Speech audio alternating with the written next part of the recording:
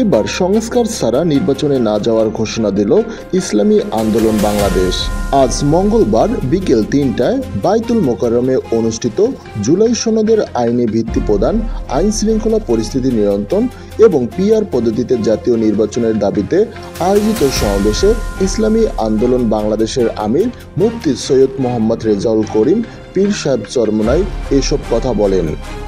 মুফতি সৈয়দ রেজাউল করিম আরও বলেন, সংস্কার দৃশ্যমান হতে হবে, নির্বাচনের আগেই জুলাই সনদের আইনি স্বীকৃতি দিতে হবে।